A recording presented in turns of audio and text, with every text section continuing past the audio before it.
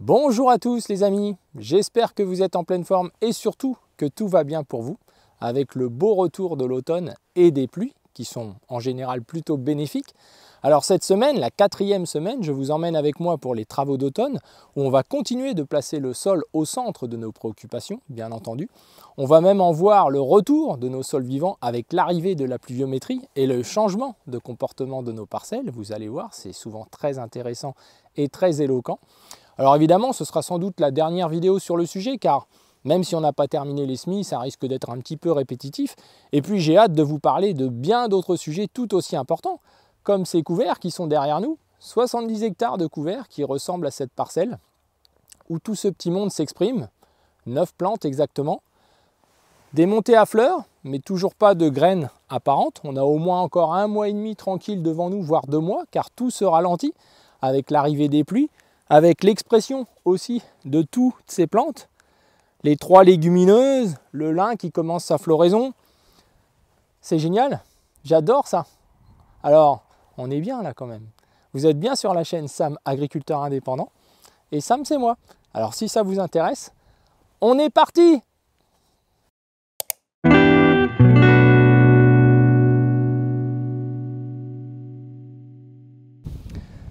Alors je profite de mon tour de plaine pour m'arrêter voir les parcelles de colza. Et comme beaucoup d'entre vous semblaient inquiets du devenir de ces colzas sur la 2e ferme suite au dernier tour de plaine que nous avons fait, eh bien je vous en donne des nouvelles ici. Alors vous voyez à quoi ils ressemblent. Ils sont tous comme ça. Donc on va aller voir la 2e parcelle où on avait fait les 2 extraits de vidéo.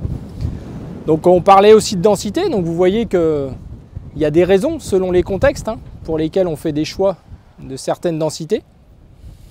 Et on va aussi s'arrêter voir la parcelle de colza qui avait été semée avant même que nous désherbions pour faire les colzas sur ce site-là. Donc on va aller voir ça en même temps et juste à côté on ira voir notre parcelle de colza.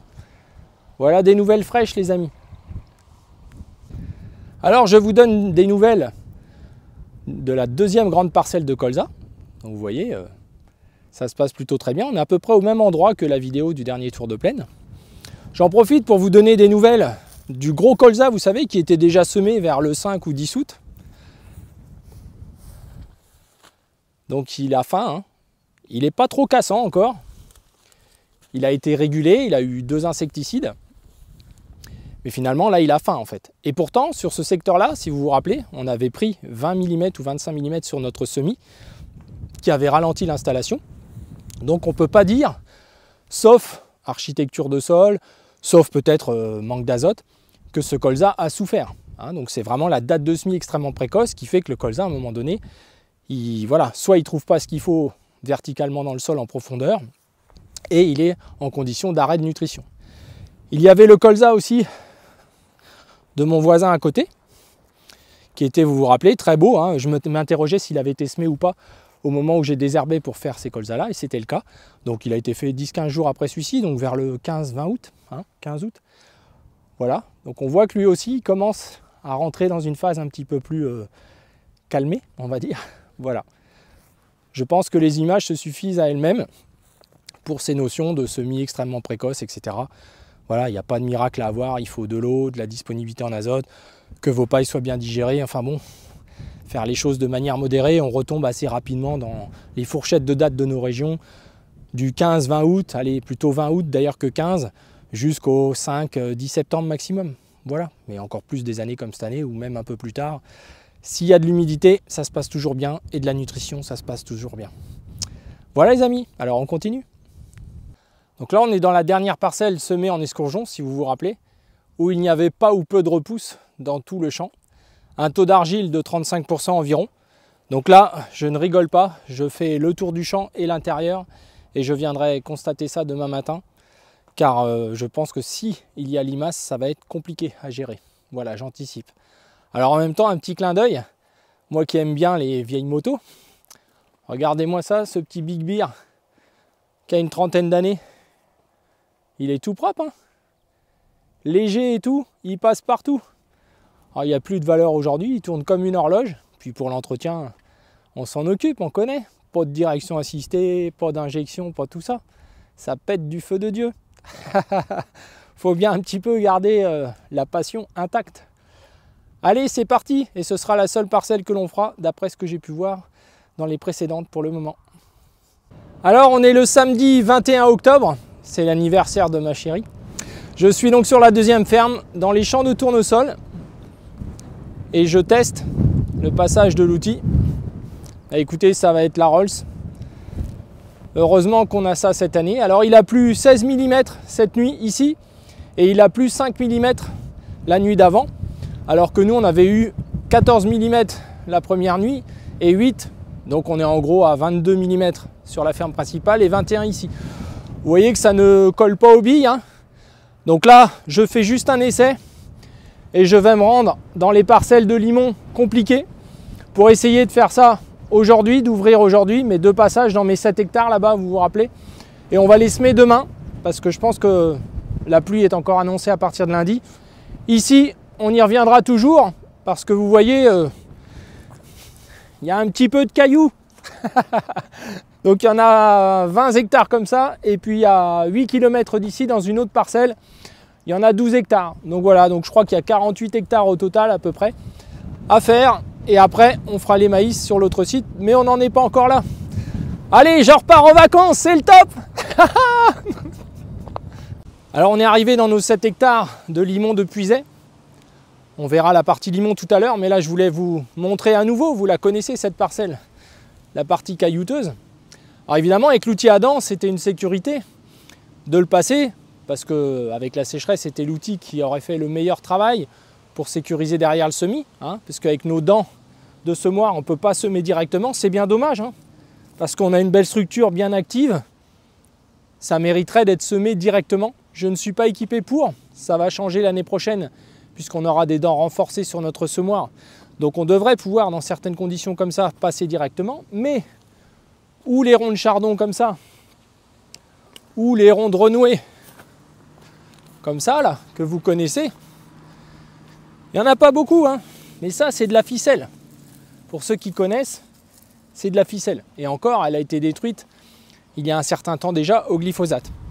Alors finalement, je gagne beaucoup de temps, puisqu'avec la pluviométrie qu'il y a eu, on va essayer de semer ça demain, comme je le disais, avec un seul passage de disque, ça va me suffire. La dernière fois, on a dû passer 2 fois sur l'autre ferme, sécheresse oblige, dans les parties caillouteuses, etc. Mais là, je dois plutôt retenir l'outil. Je travaille beaucoup moins creux en réglage que sur l'autre ferme pour un résultat bien meilleur et qui me suffit largement. Là, je vais passer avec mon semoir demain. Ça devrait être nickel. Il y a beaucoup de vent, ça va fleurir un petit peu. Et demain, dimanche, je vais faire du super travail. Voilà, donc je suis un peu soulagé et puis ça va bien avancer si tout va bien avant un nouveau de la pluie. Alors on voit déjà que en passant certaines parcelles, ça a déjà un peu refermé. J'espère qu'on n'aura pas de pluie violente dans la semaine à venir. Je vous montrerai la partie limon ce que ça donne. Alors les autres parcelles de tournesol sont plutôt à tendance caillouteuse, hein, comme celle-ci. On a déjà fait plusieurs vidéos, hein, dans cette parcelle sur des aspects de travail du sol, de fissuration. Un gros plan sur le travail. Donc, je vous rappelle, on a des angles assez plans, hein, qui font un bon désherbage pour ce qui reste, hein, puisque le glyphosate a fait son office. Vous voyez qu'en un passage, là je suis dans la zone la plus caillouteuse, hein, donc quand je vois déjà le travail que ça fait là, je ne suis pas inquiet sur le fait de ne passer qu'une fois, et ça c'est vraiment cool. Alors je voulais vous montrer la partie limoneuse. Donc là on revient sur le passage dedans qu'on avait fait la dernière fois. Au niveau des limites, on s'était dit ça ne nous convient pas. Et là on voit comme quoi l'eau c'est la vie, si jamais on en doute. Eh bien avec un seul passage de l'outil à disque, voilà ce qu'on obtient comme travail. Donc évidemment, il n'y en aura qu'un. Je travaille suffisamment creux pour bien désherber, pour ne pas que mon semoir attrape à nouveau ce genre de choses. L'orientation de nos disques fait que ça se calpe bien, on est bien d'accord. La grande taille, les disques crénelés, font que finalement, on ne fait pas d'excès de terre fine. Et on retrouve nos sols jardins, hein, c'est vrai. Ça fait vraiment plaisir. Je pouvais être déprimé il y a, il y a une semaine, mais quand je vois le retour de la vie, je me console en me disant que finalement tout ce travail c'est pas pour rien. Alors le champ, je reviens dans le sens du semis de tournesol qui sera le sens du semis de blé, je ne croise plus. Dans la partie caillou là-bas, j'avais commencé à croiser. J'ai vu aussi qu'à la limite, comme je vous le disais, un seul passage suffirait. Donc du coup, là je reviens et la partie caillou n'étant pas importante et pour être sûr de bien tout désherber, je vais passer, il y a quoi? Il y a 1 hectare sur les 7 là. Je vais repasser une deuxième fois, mais dans le sens du semis jusqu'au bout. Voilà, ce qui va me guider après pour mon futur semis. Alors le temps semblerait vouloir se maintenir dimanche et lundi. Ça veut dire que je vais peut-être pouvoir travailler les autres parcelles en caillou qu'on a commencé tout à l'heure à faire un essai. Si ça fait ce travail-là, un passage partout et ça va être nickel, on va semer. Alors je connais bien ce type de travail. J'ai mis 12 ans à revenir à avoir un outil à disque comme ça. Pourquoi? Parce que ceux qui me connaissent bien savent que j'ai semé pendant presque 15 ans avec un Rubin, un outil bleu clair, associé à un solitaire que nous avions à deux avec un collègue, un ami. Donc un semoir solitaire avec roue plombeuse et double disque. Et donc on faisait tous nos semis comme ça. Donc je sais ce que c'est que ce travail-là. Par exemple, revenir sur un déchômage qui aura été fait, ou là, imaginons que c'est un maïs, eh bien on se met directement comme ça, après avoir bien sûr broyé le maïs. Voilà, et si les structures étaient des années comme ça, sèches, on ne faisait pas de fissuration et ça pose aucun problème à partir du moment où on a déjà du recul et puis on a fait ce qu'il fallait les années 5, 10 ans, hein, sérieusement. Donc ne capitulez pas les amis. Maintenant si c'est trop sec, etc., évidemment la fissuration, il faut laisser ça sous l'hangar car on fait pire que de bien faire. On est d'accord? Ce qu'on faisait un petit peu là. Alors juste aussi l'exemple, on voit comment la terre est fleurie un petit peu sur la partie fissuration qu'on avait fait. Hein, donc ça c'est important. Ça veut dire que c'est aussi un moyen de retourner dans les parcelles quand il fait bon à le faire, derrière maïs notamment, on en reparlera. Mais ne pas hésiter à le faire tout de suite derrière la récolte, même si vous voulez aller semer du blé ailleurs. Parce que s'il pleuvait vraiment beaucoup, vous y reviendriez beaucoup plus facilement. Je vous rappelle, hein, on garde toujours la portance, ça n'a rien à voir avec un passage qui bouleverserait tout. Donc s'il pleut beaucoup, ce sera toujours plus facile que de revenir en laissant les fans de maïs et vouloir travailler alors que ça ne sèche pas en dessous, etc. Enfin, vous connaissez ça, on en a déjà parlé, mais ça va bientôt être les maïs aussi pour nous. Donc voilà, donc satisfait de ce travail-là, et puis il n'y a pas, hein, il peut encore tomber beaucoup d'eau parce que, vous voyez, ça ne colle pas au pied, hein, ce qui est aussi logique, et puis là ça fleurit derrière, donc laisser ça un jour ou deux, là, et puis revenir semer demain après-midi ou lundi, devrait être super génial. On a bien fait hein, d'acheter cet engin-là. Ça nous fait une corde de plus à notre arc. Il me semble qu'on en avait parlé, non? Ça vous dit rien? Allez, je continue. Alors, profondeur de travail, parce que je sais qu'il y en a qui vont me le demander.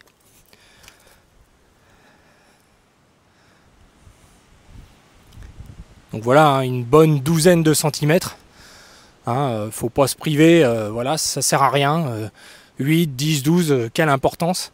Hein, ce qui compte, c'est surtout la fonction désherbage, qu'elle soit parfaitement établie, pour ne pas que le petit râteau que nous allons passer derrière, entre guillemets, en semant, ne récupère hein, les éventuelles mauvaises herbes et que ça pose problème. Hein, c'est surtout ça, l'idée.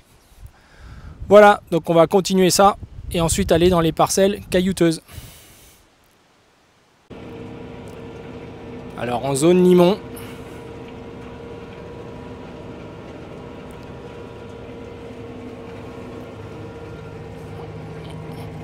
ça va tout seul.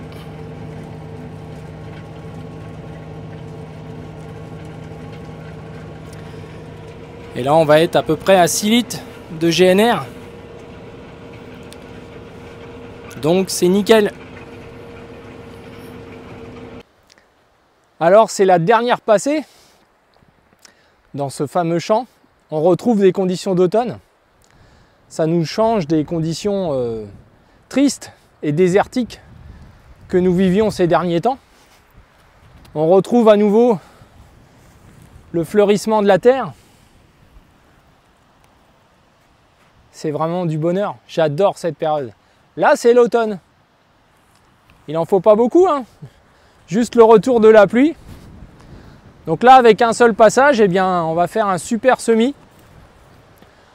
On a résolu tous nos problématiques avec cet outil, à la fois désherbage, structure, qualité de semis, futur normalement.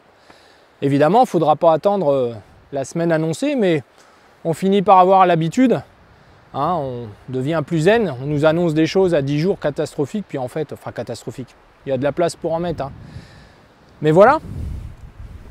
Donc bienvenue en automne les amis. Alors j'espère que pour ceux qui ont fini, vous profitez bien de cette période pour vous reposer.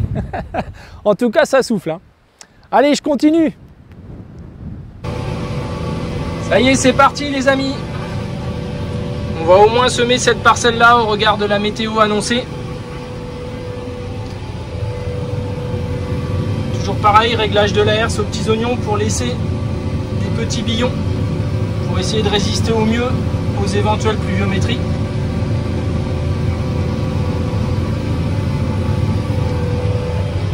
Et puis j'ai joué un petit peu sur le relevage et la profondeur globale par rapport au fait qu'il y a une belle préparation et que la terre est foisonnée, humectée. Donc on a une bonne consolidation, ça devrait bien se passer. Bon les amis, c'est la fin de la parcelle. On a fait du bon travail. Alors parfois certains me disent le semis porté dans les petits champs c'est pas facile. Vous voyez la rive commence là et toc elle s'arrête là. J'ai presque le nez au bout du coin. Mais ça se fait bien, il y a une petite manœuvre à faire avec l'habitude et on voit plus la différence avec du porté. Ça c'était entre parenthèses. Donc là la météo se précise dans le mauvais sens. Demain à partir de 11 h, une vingtaine de millimètres et puis après chaotique presque tous les jours. Donc semer juste avant quand il pleut comme ça, alors pas celle-ci, elle va avoir le temps de sécher la journée, etc.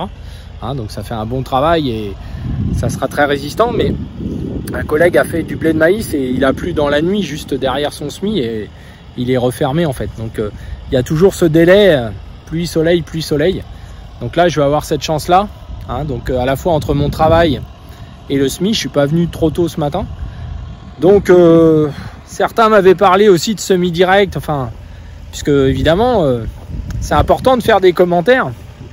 Mais certains sont assez critiques ou donnent des avis. Déjà, personnellement, je vous ai pas demandé votre avis. Voilà. Donc, sur ces sujets-là, en tout cas, voilà, je fais avec ce que j'ai. Donc, je vais pas, par exemple, faire du semi-direct comme certains m'ont dit. Alors ça, c'est très théorique. Voilà. Pourquoi, pour qui on a des parcelles très caillouteuses. Donc, ça veut dire qu'il me faut un semoir à dents. Hein, un semoir à 10 dans les cailloux. Vous le verrez, vous l'avez déjà vu. C'est dans ces cailloux-là, je parle. Hein, c'est même pas la peine en direct comme ça. Donc, ça veut dire un semoir à dents. Il aura les mêmes problèmes que mon outil à dents pour passer dans les herbes, etc. Donc de toute façon, le désherbage ensuite derrière, les plantes, je n'ai pas la garantie que les plantes soient complètement mortes. Hein. On voit quelques morels qui ont l'air encore bien vertes, etc. Donc voilà, je ne vais pas dépendre entièrement du chimique absolument. Donc ce travail-là m'a coûté à peine 6 litres de GNR.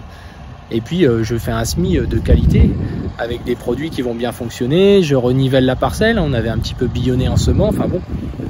Moi personnellement, c'est ma façon de fonctionner, je n'y vois que des intérêts à ce travail du sol là. Voilà.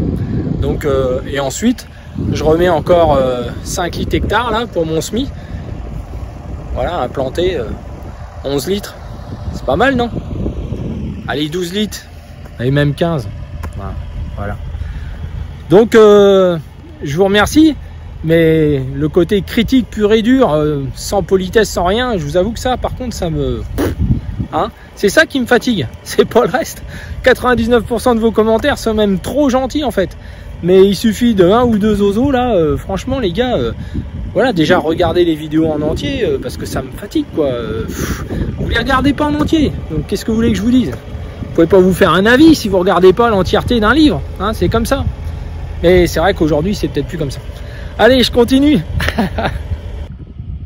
Bon, comme disait mon grand-père, travail soigné, prix modéré. Donc là, c'est terminé pour cette parcelle. Alors tu vois, j'ai ce champ-là à faire. Et l'autre, de l'autre côté de la route, qui est fait.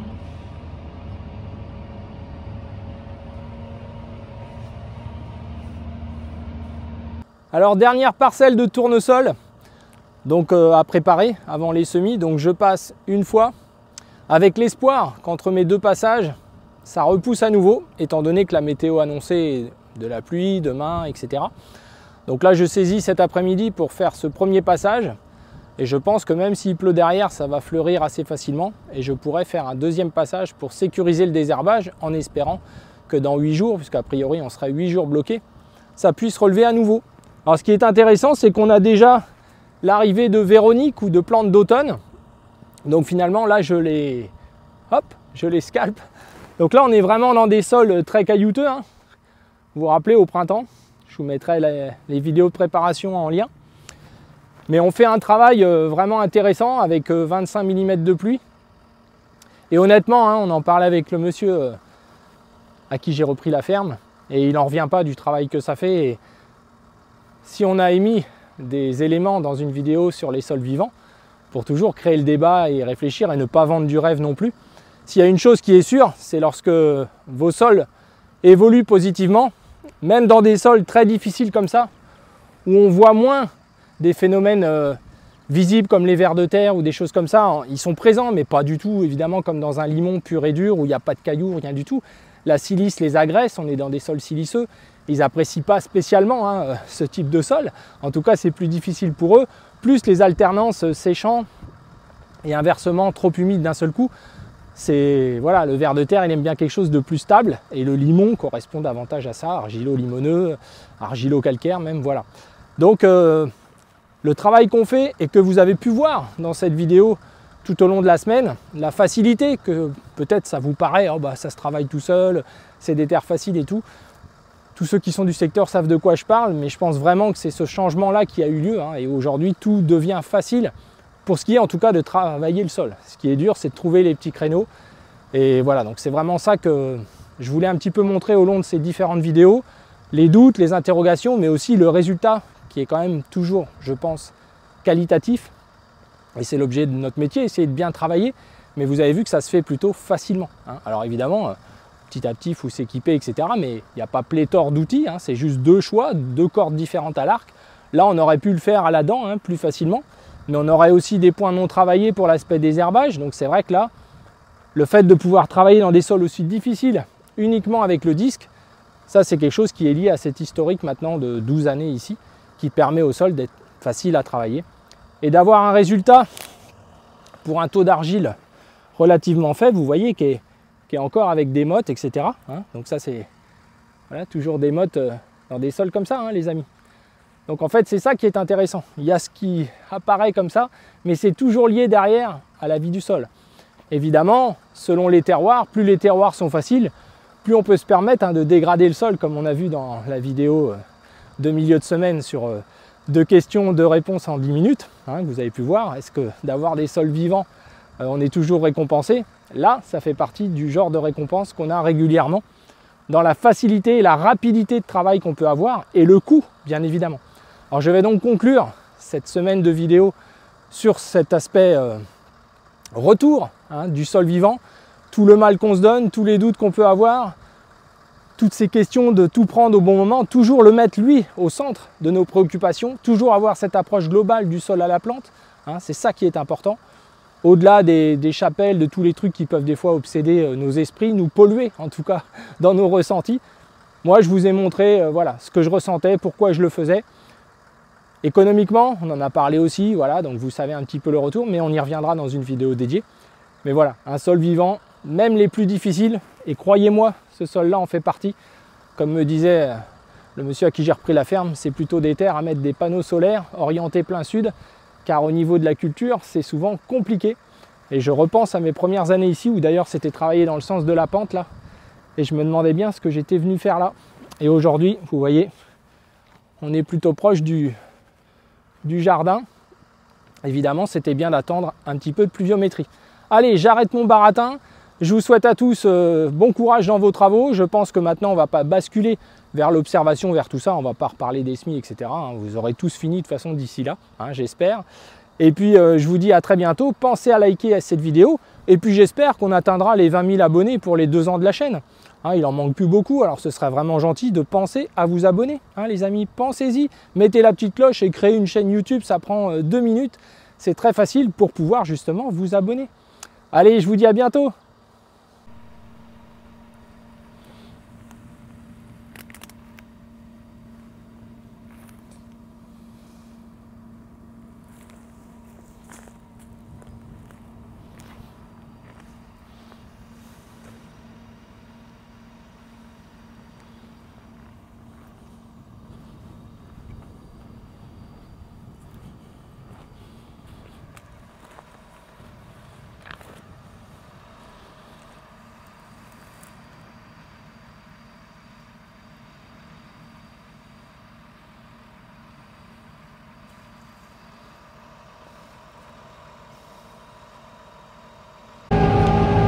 Alors comme toujours, un petit épilogue, c'est très important, pour juste vous dire que comme la pluie est annoncée ce soir ou demain, il est important justement que la terre fleurisse, comme c'est le cas cet après-midi avec du vent, du soleil. Le comportement du sol derrière n'a plus rien à voir, et il encaisse d'autant mieux les éventuelles pluviométries importantes. C'est aussi pour ça qu'il est toujours risqué de faire un semis jusqu'au dernier moment, pour espérer avancer, mais qu'il pleuve dessus avant qu'il y ait eu ce phénomène. Ça peut être le cas d'un soir où on finit assez tard dans la nuit, le sol ne sèche pas vraiment et le lendemain matin il pleut. Vous le savez, le comportement du sol n'est pas du tout le même. Donc voilà, là c'est pas du tout le cas, on a vraiment un beau fleurissement de la terre. Et puis autre point important, c'est sur l'aspect du disque à cette époque-là, je l'ai évoqué dans la vidéo. Mais c'est vrai que la reprise par les animaux du sol n'a rien à voir. Quand on a une architecture comme ça avec les pieds des tournesols, comme avec les pieds du maïs, eh bien en réalité, il n'y a pas le même lissage qu'en conditions sèches d'été. C'est toute la différence de l'outil à disque l'été, et encore plus avec des petits disques et des vitesses élevées, vous doutez bien, où là la terre ne se tient plus du tout. Et donc je fais un travail là aujourd'hui que je n'aurais pas pu faire il y a quelques jours avant la pluviométrie. Donc là en fait je fais ce que je souhaitais faire et j'ai beaucoup de chance. Voilà. Mais il faut être patient et on reste, c'est vrai, sur le qui-vive en attendant. Voilà les amis, alors cette fois je vous laisse et je vous souhaite à tous un bon week-end.